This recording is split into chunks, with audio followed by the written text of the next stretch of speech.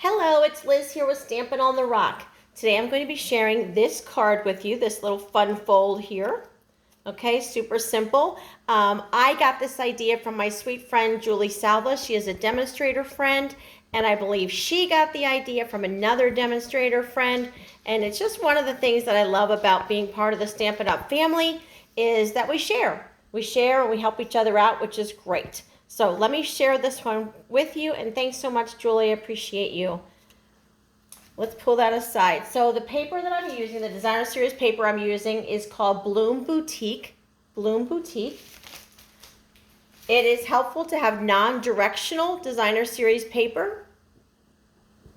Let me move that just a little bit. Hang on one second. All right, we're gonna go with that. All right, it's helpful to have non-directional paper, meaning that if it's this way, it doesn't matter. If it's this way, it doesn't matter. This way, it doesn't matter. Same thing here, but you could use directional paper. You just have to be a little more careful with it. So what I'm going to be using, this piece right here, a base piece of cardstock. So you just want to find out what designer series paper you want to use. So both my pieces are coming from this Bloom Boutique, okay? So I looked at the colors. Again, I've showed you this before. All right, guys, I'm going to stop this.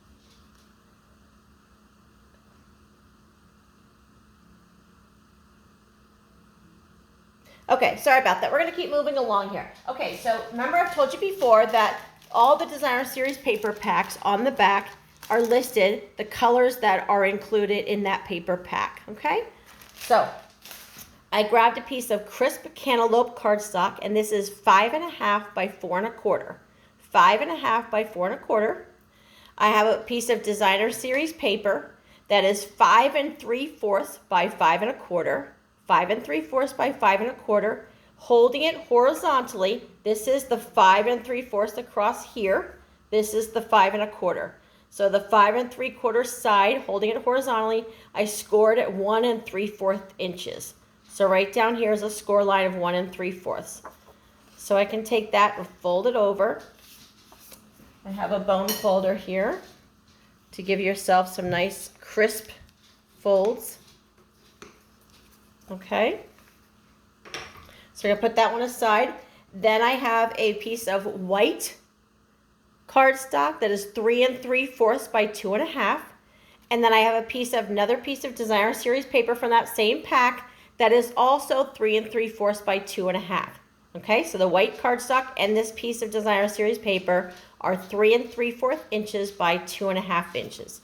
And then I have one other piece of coordinating cardstock. I chose gold because this paper just has this beautiful gold accents through here, which I love. So I chose a piece of gold cardstock, and this gold cardstock is 4 by 5 1/2. 4 by 5 1/2.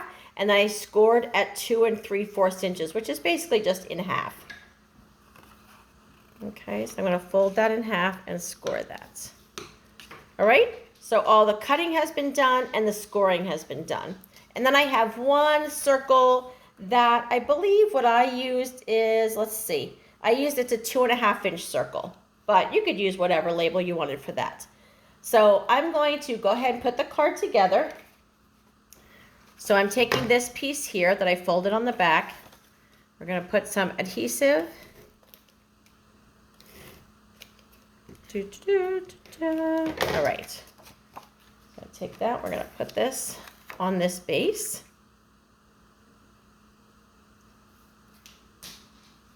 Okay. This is open. Leave this flap open. You don't want to adhere that down. So I'm leaving that this way. All right.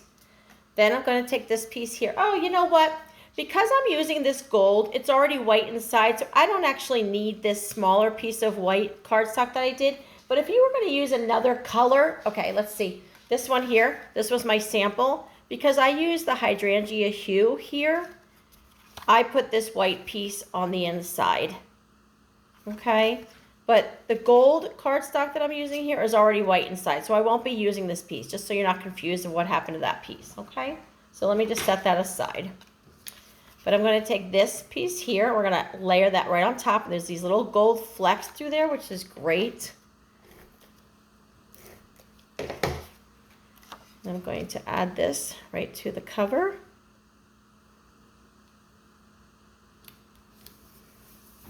Here we go. I don't know if some of you have seen online yet already, but there is a special going on right now. Stampin' Up! Has changed things a little bit. When you join Stampin' Up! As a demonstrator, there's a little surprise. A little surprise is going to show up in your mail and at your house, maybe UPS. I don't know how it will come, but it will show up, and it's super cool. So if you want to talk about that, shoot me a message because it is really fun. All right, so I'm going to take this now. I put adhesive on the back side. I'm going to go ahead and lay this inside here. And again, this is non-directional paper. So I'm having it open this way. But if you want to, it could open this way also. Either way would be fine. So I'm going to do it this way. All right, so that's basically your card. That's it. And then how you decorate it is up to you. I took the 2.5-inch circle, and I'm using a blending brush just because I love these things. And one of the new ink pads, these are one of the new magnetic pads. Look how easy they are to open. Doop, doop, that's it. And then they stick together. When you put them next to each other, they magnet, so it'll stay together. These are a little bit different when you're stamping with them because they are felt pads. They're not foam like the old ones were. So it's a little bit of a harder surface. I always tell people tap, tap, tap with the foam pads. These you kind of put it in and you twist a little bit rather than tapping. So they are a little bit different, but the cases are much easier to open. All right, so I'm going to get a little bit. This is the crisp cantaloupe. I'm starting off the circle over here, and I'm going to work my way just around the circle, just to get the edges a little frosted. Again, this is crisp cantaloupe. And you see how I'm getting most of the ink off on my scratch paper and just a little bit on there. I don't want it to be a whole lot. And that's it, okay? So just a little bit, and again, these just shoop, and they're super easy. All right, I'm using the stamp set, A Family Celebration. So there's a whole bunch of different sayings in here, but the Happy Birthday to My is all one stamp, and it's too big. It's too big to fit on my circle. If I put Happy Birthday to My, I can't fit anything else on there. So what I did with this is I'm using the green here. Is that what I want to use? Yeah, we're going to use the green. Okay, I'm going to use the green, and what I'm going to do is, because you can see through them, they're photopolymer, I'm only stamping the Happy Birthday.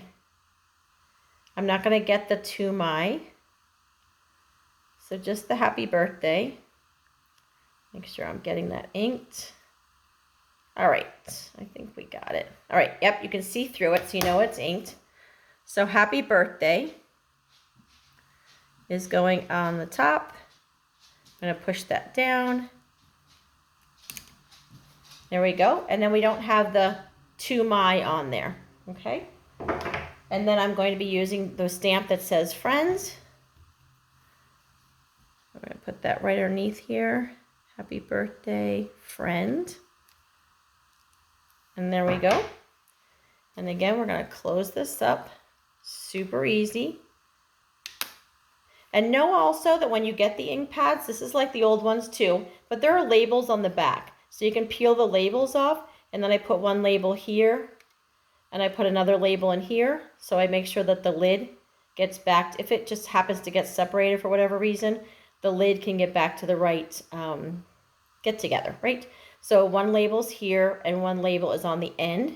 So when I put them on my shelf, I can know what that is right there, okay? All right, so then I'm using some dimensionals. Gonna pop on some dimensionals. These are actually the mini ones. I usually use the full-size ones, but sometimes the mini ones come in handy. This one I could have used full size, but you know what? The mini ones were closer to me when I was getting ready for this, so that's what I have. That's how it works. All right, so let's pull off the backings. Got all of them. And I'm going to put that right here in the middle. Turn that over, get that on there well. All right, and then I went ahead and, oh, I don't have my scissors right here. That's okay. We can make this work. All right, so these are the iridescent rhinestone basic jewels. These are great for any project. They're good to have on hand.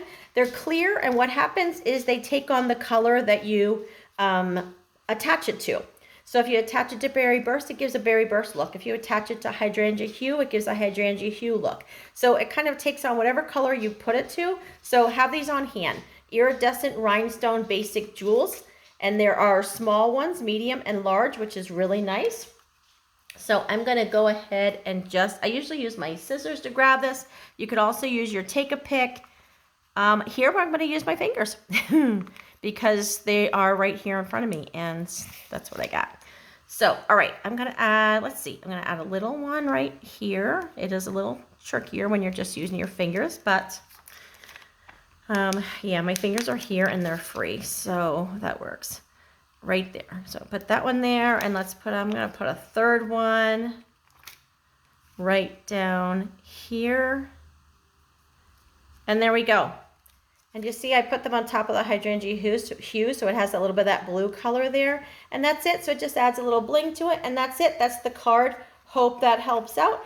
Go be inspired, I hope, and go create something. Let me know what you created, and I would love to see it. That's it. Thanks so much. StampinOnTheRock.com. I appreciate any business you send my way. Talk to you later. Have a great week. Bye-bye.